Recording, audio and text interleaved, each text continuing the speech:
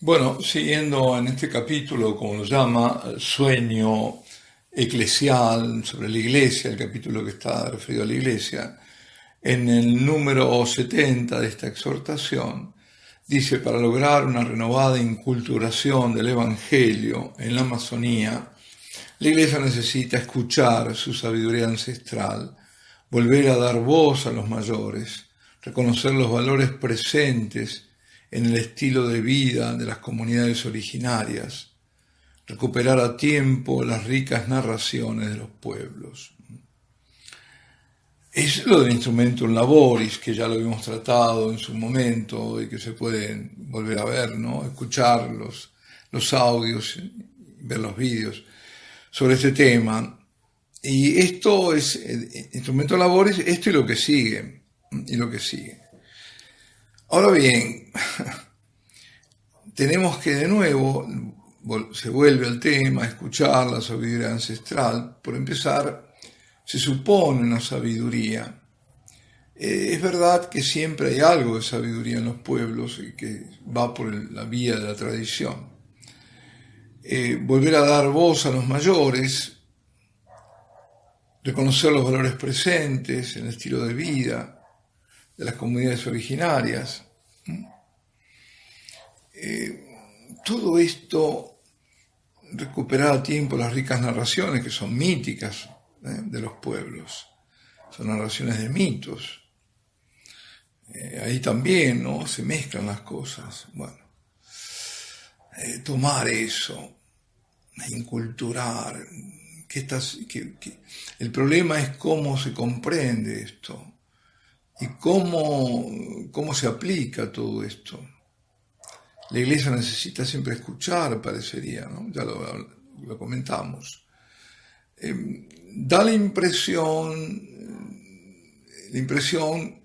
que es idílica esta imagen, es la imagen del buen salvaje de Rousseau, y que se hace de la necesidad de estas poblaciones, porque son primitivas, virtud. Es decir, no se puede hacer de la necesidad virtud. O encontrar la virtud donde realmente hay no falencias, pero bueno,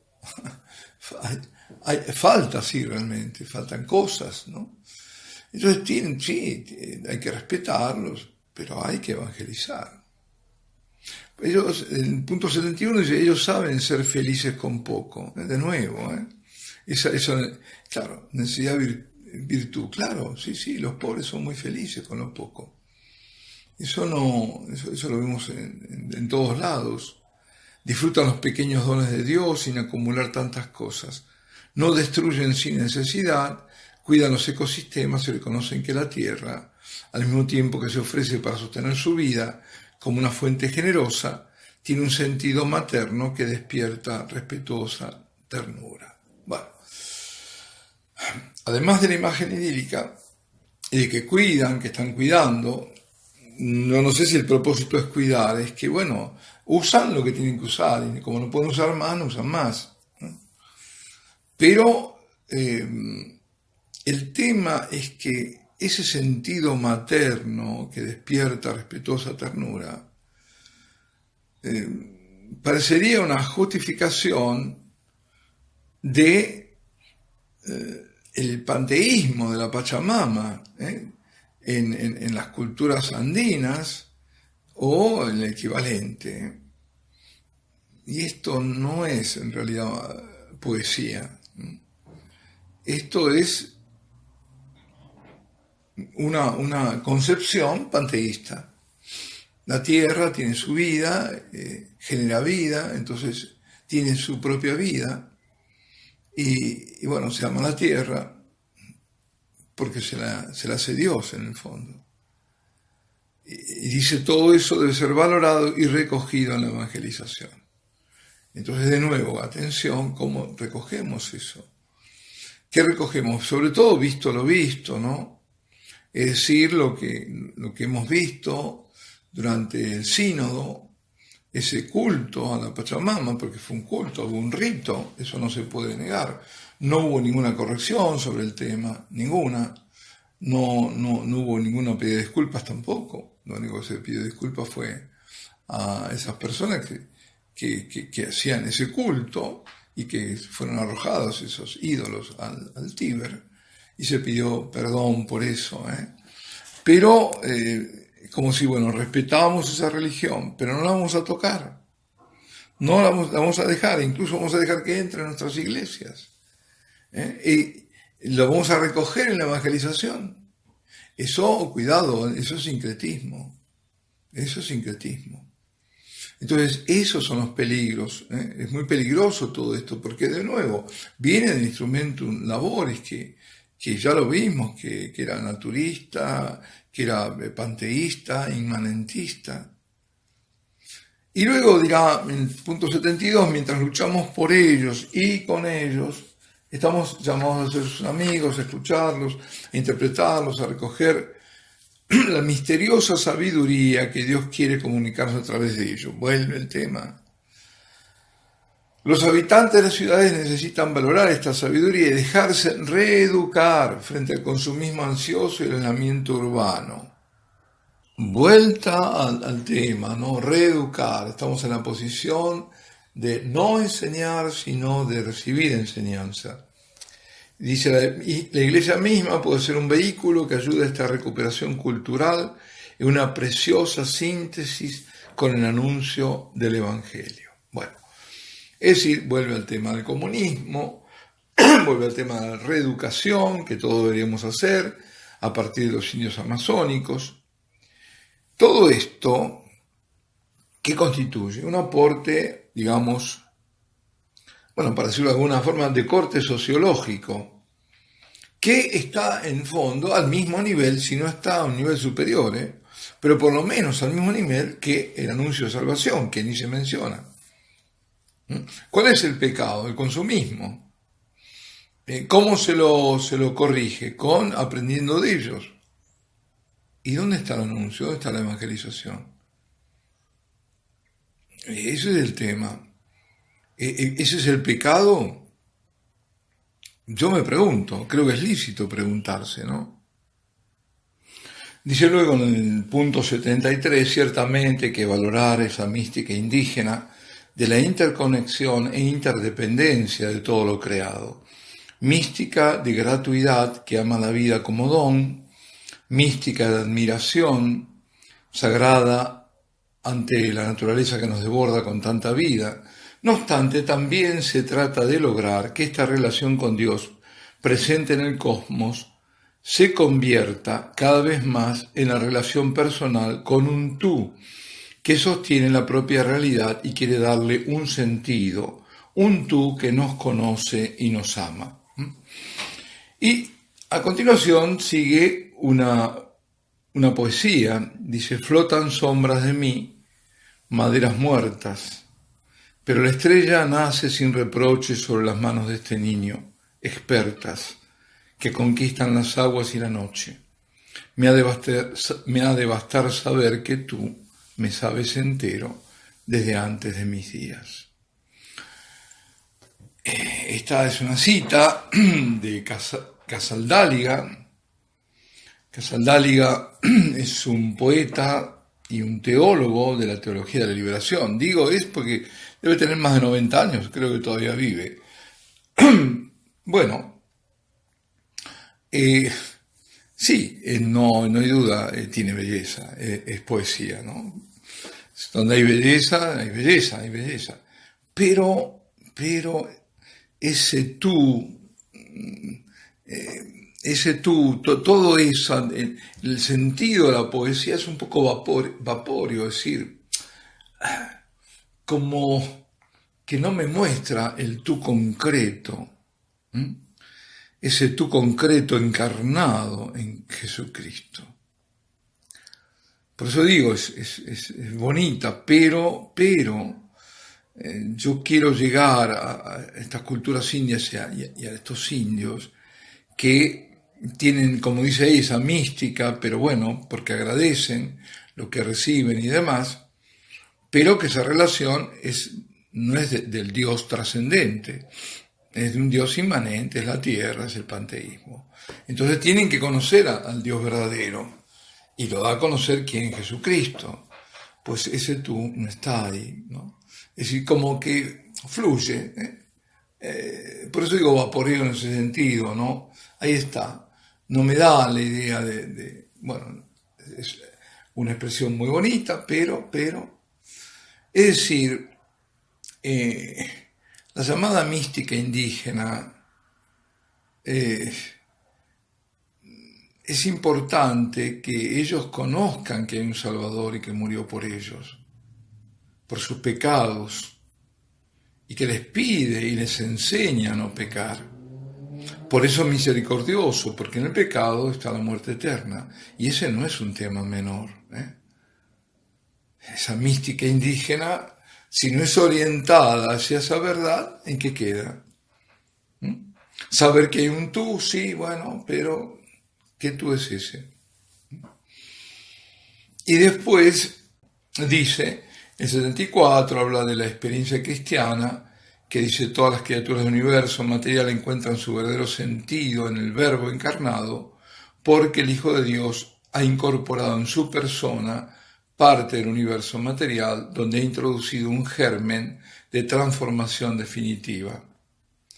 De lo cual se deriva la siguiente conclusión, ¿no? Él concluye a partir de esto, dice, Él está glorioso y misteriosamente presente en el río, en los árboles, perdón, en los peces, en el viento, como el Señor que reina en la creación sin perder sus heridas transfiguradas, y en la Eucaristía asume los elementos del mundo, dando a cada uno el sentido del don pascual. Bueno, hay que, yo creo que puntualizar que el Señor está como Señor de la creación, pero no es la creación. No está en la materia. En la Eucaristía no asume los elementos del mundo, sino que es Dios encarnado en la humanidad. Así que bueno, es el tema, uno lo dice, bueno, soy demasiado suspicaz. No, porque después lo vamos a ver que aquello que habíamos comentado alguna vez de Laudato Si vuelve a aparecer. Y bueno, y después está el tema de nuevo de la inculturación. Dice en el 75, esta inculturación, dada la situación de pobreza y abandono de tantos habitantes de la Amazonía, necesariamente tendrá que tener un perfume marcadamente social y caracterizarse por una firme defensa de los derechos humanos. Es decir, pasamos de la inculturación, que más que inculturación parece seguir al instrumentum laboris con su naturalismo, con su panteísmo, con su materialismo. Pasamos a la inculturación, porque si no, ¿qué es inculturación? Es absorber lo que ellos tienen, pero si no está eso no hay que absorberlo, hay que transfigurarlo, hay que transformarlo. Entonces, bueno, de ahí se pasa entonces a la acción sociopolítica. Tendrá que tener un perfume, bueno, un perfume, en vez de acento, le puso perfume, sería un acento marcadamente social y caracterizarse por una firme defensa de los derechos humanos. Es que todo esto viene de la cristianización. ¿De dónde vienen los derechos humanos? El derecho a la vida. Además, cuidado, hoy es un término equívoco, derechos humanos. ¿A qué se entiende el mundo en las Naciones Unidas por derechos humanos cuando se hablan de derechos reproductivos y de la creación? Cuando están aniquilando la vida. Nosotros sabemos que no es eso lo que entendemos nosotros, pero el mundo entiende eso. Hoy derechos humanos, de nuevo, como todas las palabras han sido prostituidas. Es la palabra amor, la palabra todo. Entonces, una acción social de derechos humanos, en realidad yo creo que es superfluo decirlo, porque si es Cristo el que está y la acción es cristiana y de evangelización, lo demás es añadidura. En cambio, hablar de derechos humanos supone, sin lo otro, por eso digo, lo que yo noto como una laguna, ¿no? más de lo que se dice, lo que no se dice.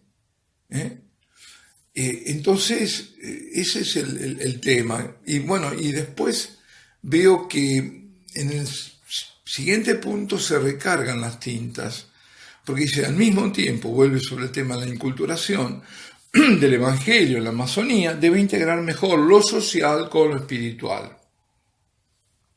De manera que los más pobres no necesiten ir a buscar fuera de la iglesia una espiritualidad que responda a los anhelos de su dimensión trascendente. Exacto, no deben buscarlo, claro. Si yo se lo doy, no lo van a ir a buscar, ¿no? Dice, por tanto, no se trata de una religiosidad alienante e individualista que acalle los reclamos sociales por una vida más digna, pero tampoco se trata de mutilar la dimensión trascendente y espiritual como si al ser humano le bastara el desarrollo material. Aquí están cargadas las tintas sobre esa religiosidad alienante e individualista. Se ve que está ahí presente, yo no sé si alguna experiencia de aquellos que se cierran a la necesidad de los demás y se meten ahí y se creen que rezando y demás, pero eso no es la realidad de la iglesia, o por lo menos no es una realidad que sí puede existir, pero esa no es la postura de la iglesia. Como si hubiéramos ahora descubierto a los pobres, por favor, donde están todos los santos de la iglesia, San Vicente de Paul, tantísimos santos que se han ocupado de los pobres, la iglesia se ha ocupado de los pobres, y no con una religiosidad alienante, individualista, Yo no sé, y como que negarle una vida más digna. Vaya si se han ocupado. Y los misioneros, lo que dice el cardenal Sará, ¿no? Cómo han ido ahí a dejar la vida en todos esos países, a morir de lepra, de lo que sea, para ir entonces, y a llevar, pero no hacían solo eso, porque si era acción social, bueno, pero no, lo fundamental es que estaban llevando a Cristo. Esto era la consecuencia de tener a Cristo, es de ir al más pobre y vivir esa vida. Y con respecto a esto es tan cierto esto, de que cuando no le damos a Cristo, lo van a buscar a otro lado. Y está visto que donde imperó la teología de la liberación en toda Latinoamérica, disminuyó el catolicismo y se han ido a las sectas protestantes. ¿Por qué? Porque le hablan de Cristo. Y a propósito de esto, recuerdo cuando me contaban en Argentina, misioneros que han venido de misión, en la época de verano, a los indios Huichi. Los indios Huichi son indios muy inteligentes, la gran mayoría son protestantes, y a ellos no les interesan los discursos marxistoides, sino que les hablen de Dios. Justamente uno de ellos, el principal, el cacique, les dijo, ¿no? Si ustedes vienen aquí a hablarnos de Dios, están muy bienvenidos, pero si no, no. Esta es la realidad. Y esta realidad tenemos que asumir. Bueno, alabado sea Jesucristo, sea por siempre bendito y alabado.